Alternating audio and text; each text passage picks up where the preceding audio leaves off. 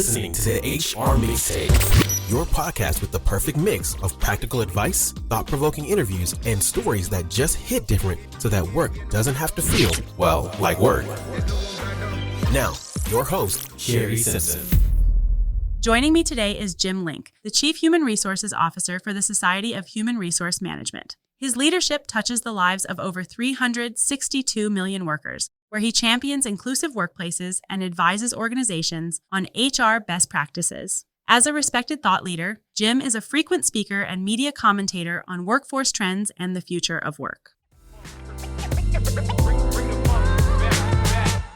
Jim, as always, I am glad that I was able to sit down with you and spend a few minutes actually on Election Day here at the SHRM Inclusion Conference. So thanks for stopping by. Thanks, Shari. It's always my pleasure to be here. I enjoy these conversations. So what are some of the biggest challenges that you're seeing around civility today? And I think today of all days, this is top of mind for us. It is absolutely top of mind. All you have to do is turn on the TV or listen to the news or check your favorite podcast, right, to understand that this is clearly an issue that not only SHRM is trying to tackle and understand, but that more importantly, our society at large is trying to tackle and understand. The great news is civility is one of those things that, when done correctly in an organization, is immediately recognizable and produces all kinds of outcomes, both on that can be measured very, very directly, but also more so about the way an organization feels and how that culture expounds and expands based upon what happens around civility.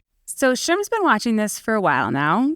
I would say pretty intently from, an outsider's perspective, at least the last 12 months. What is the current data that you guys are gathering saying about, the state of civility right now? Well, Shari, the data is absolutely gobsmackingly terrible. It's the way that I would package it up for you. So why do I think that? 201 million acts of incivility each day are reported by American workers. That's 201 million. If you think about that, over the course of how that impacts not just the employee morale, the culture of any organization, but how it impacts things that are downstream, like things at home, things in the community, not to mention the impact on business. So our estimates are that those acts of incivility, along with absenteeism, which is also a byproduct of this, are generating roughly $1.2 billion in lost productivity per day in the American workforce. I know it's stunning. That's with a B. Billion. Right. Yeah, I mean, just so your listeners didn't mishear me, it's with a B. And if we think about business leaders, which I often do try and think about those folks, if you're not paying attention to this, you're missing an important component of your workplace. And those acts of incivility, well, just another number, just to keep this fresh. So 80% of the people that responded to our survey indicated that they believed that any political affiliation that they could demonstrate in the workplace would lead to actions by others against them in a negative way. Wow. 80%. So whichever side of the equation you're on, it doesn't seem to matter in this case. If you're on one side or the other, you feel like the other side is looking at you in a way, right, that could potentially be disadvantageous to you as an employee in the workplace. If that's the belief, it doesn't take long for that to evolve into other things in the workplace, which are more difficult to manage and could actually lead to things that could result in acts of physical violence or certainly acts of intimidation. Employers should be thinking about that and addressing that through the lens of civility. And I think that we have enough data now, just in those numbers I just shared with you, we have just enough data to indicate that this is a problem that needs to be addressed. How do you combat this idea of having great civil conversations in the workplace and everything we see that's happening in society? Because we are not going to be able to impact society that way. We're going to have to do it from the inside out, right? Inside our organizations out. What are some of the tactics that you're talking to people about to really start to paint the picture that, we might not agree on ABC topic, but civility is where we're going to find our connection? That's right. It's a foundational component of the way that we should think about the workplace. So it is okay for organizations to say it is an expectation in this company or in this organization, whatever it is, right? Company, large or small, that civility is a requirement to work here. It is absolutely okay to say that. And you can define that civility in whatever way you feel or deem appropriate based upon your business or your industry or even your location. But setting civility as a foundational component of that workplace culture, in my mind, is absolutely the best place to start. And Shari, what's even more fascinating is there is a connectivity between civility and productivity and inclusivity and transparency and all these other things that you get if you think about civility as that starting point, as that place to begin. So we're encouraging employers to, first of all, say that. Civility is a requirement. It's part of our culture in this organization, and you have to be civil in order to work here. Then the second thing is to establish what those boundaries are. I actually think of it as, remember when you were learning how to bowl and there were the bumper guards, yes, right, on the lanes? So what employers need to do is basically establish what those bumper guards are, right? So as long as we're having civil discourse and we're learning from each other and we're establishing that dialogue is a good thing in our organization, that to me, that's the bowling lane you want to be in. And, you know, if those conversations go to a place where that they bump against that bumper guard, then that's not okay. And so we just have to establish what those are. And they're going to be slightly different for every organization. The third thing then is to teach people what that means through learning and development, training and development, whatever your mechanism is to share what those expectations are, then by all means go and do that. And then the next thing is managers and leaders not only need to be trained, but they have to be the role models. They absolutely have to be the folks in an organization who understand that civility is a requirement and they model that behavior. Yeah.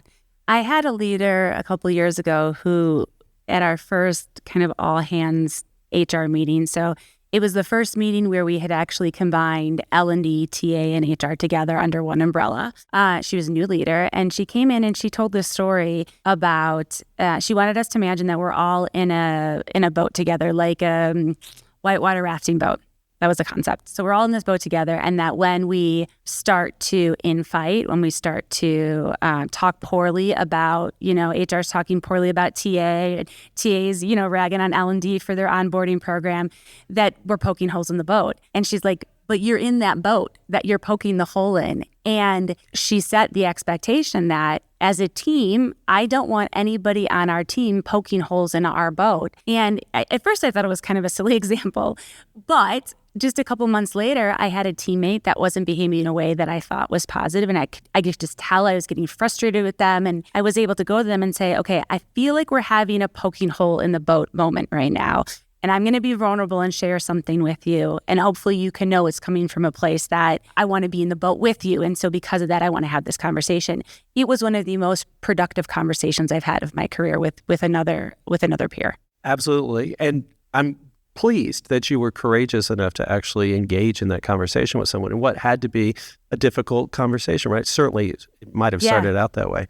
But listen, today when I think about where we are in society, certainly, and perhaps in some workplaces, we're not thinking about poking holes in the boat. We're actually trying to throw people out of the boat. Right. So what I want us to do is to re-engage in what it is that gets you onto the boat, keeps you on the boat, and then most importantly, helps you navigate that river successfully. If you want to follow that analogy, that is exactly what we need to focus on as businesses. I believe, you've probably heard, I think I've said this before, Shari, to you in other conversations we've had, change in the world begins in the workplace. We can't rely upon society, upon government, upon anybody else to do that. The main things that really drive change in our society begin here, right? Where we are all every day. That's the whole purpose of this conference we're at today, the Inclusion Conference, right? Is to ensure that people understand that inclusive cultures and inclusive behaviors drive better business results. Can't deny that. Every statistic, every fact, every long-term study that you look at indicates that inclusive thinking drives better business outcomes. So with that as the mindset, how do you build inclusivity? You build inclusivity, in my mind, as a starter set by ensuring that civility is in place in that workplace. Yeah. As we sit here, I'm thinking about what tomorrow is going to feel like for our HR friends. No matter which way the election goes, tomorrow is going to be a hard day, I think, for those in our space. What do we do as HR professionals to tackle some of that language we've talked about? So let's say you don't have the policy in place, you haven't done that work yet, you're just getting started, right? And you start to see this turmoil in your organization. what's like the first step, the first way HR can get in front of somebody and say like, hey, this is not okay. This is not how we're going to act? I think, first of all, you have to recognize and then acknowledge whatever those behaviors are that aren't acceptable. And you're right. Tomorrow, half of our workplaces, right, half of our population, if you believe the polls and the statistics, are going to be unhappy. Half. So that means that the other half will feel like that they're a winner, right? And I'm sure that some of that gloating and ego and some of those other things are going to spill over in ways. But the folks who win have an equal opportunity and maybe the first step to reach across the aisle, right? To literally extend their hand to another human being in their workplace who may not feel or be aligned with them in the same way that they are, at least politically. That outreach to me means everything. And just like you remember that conversation that you shared a little bit earlier, I'm sure the person on the other side of that conversation remembers it as well. And I have never engaged in an opportunity to reach out to someone who I thought might be struggling or going through a tough time whenever that wasn't viewed as being appreciated and valued by that employee. So that's where we begin. We reestablish that kindness is okay, that it is absolutely imperative that we as business leaders and we as a society begin to reestablish the idea that the way we move forward is by understanding and appreciating another person's viewpoint. Doesn't mean we have to agree with it, but if you have a culture of learning in your organization, you're absolutely going to have people who are trying to understand the position of another human. And that understanding is an act of learning as well as an act of compassion. And that concept, that curiosity concept, if you can master that in how you approach situations, you become like a master problem solver.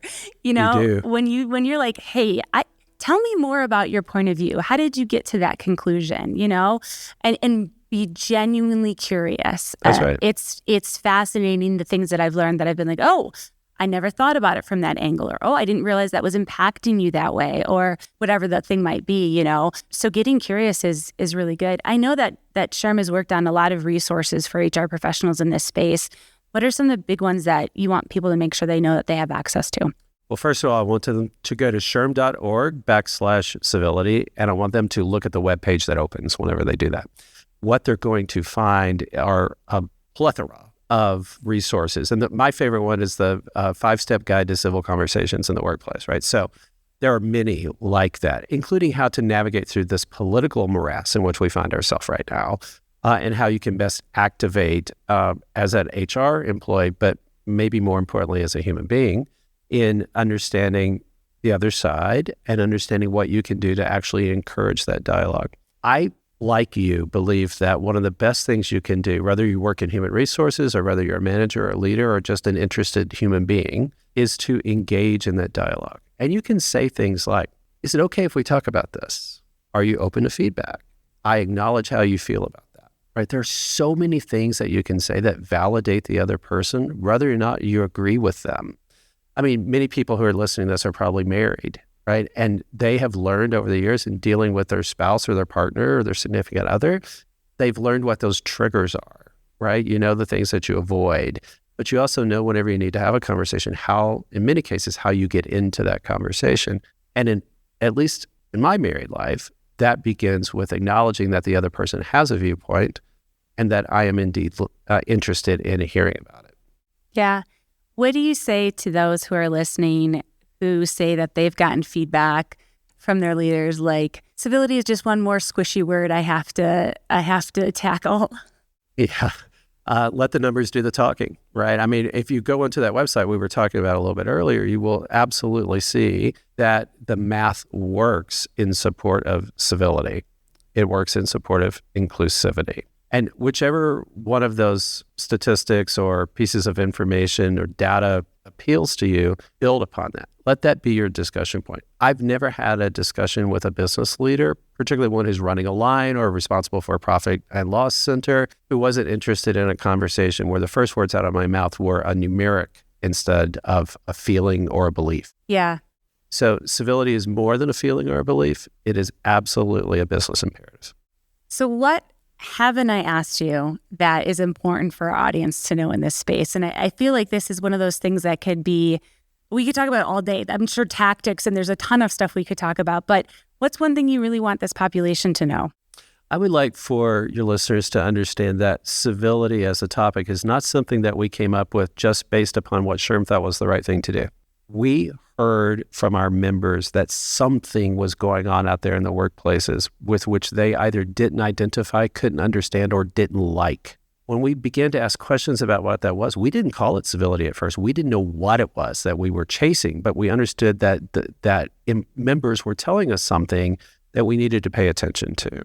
As we researched and started asking questions, we saw that it was about behavior, and the behavior particularly of others, and not just colleagues and peers, but supervisors and managers and executives, and even entire companies in their positions and the way they were thinking about this, where they appeared to have lost the art of civility. So we began to think about how to impact this. So we launched a 1 Million Civil Conversations campaign in March of 2024 down at South by Southwest in Austin, Texas. And we've been stunned by the reaction that this has had, not just from human resources professionals, but from business leaders and government officials and others who are interested in this idea that reintroducing the idea of kindness and respect and trust and civility in the workplace is probably going to be an answer for a lot of other problems. Oh, I love it. Well, Jim, as always, thanks for sitting down and chatting with me. My pleasure, Shari.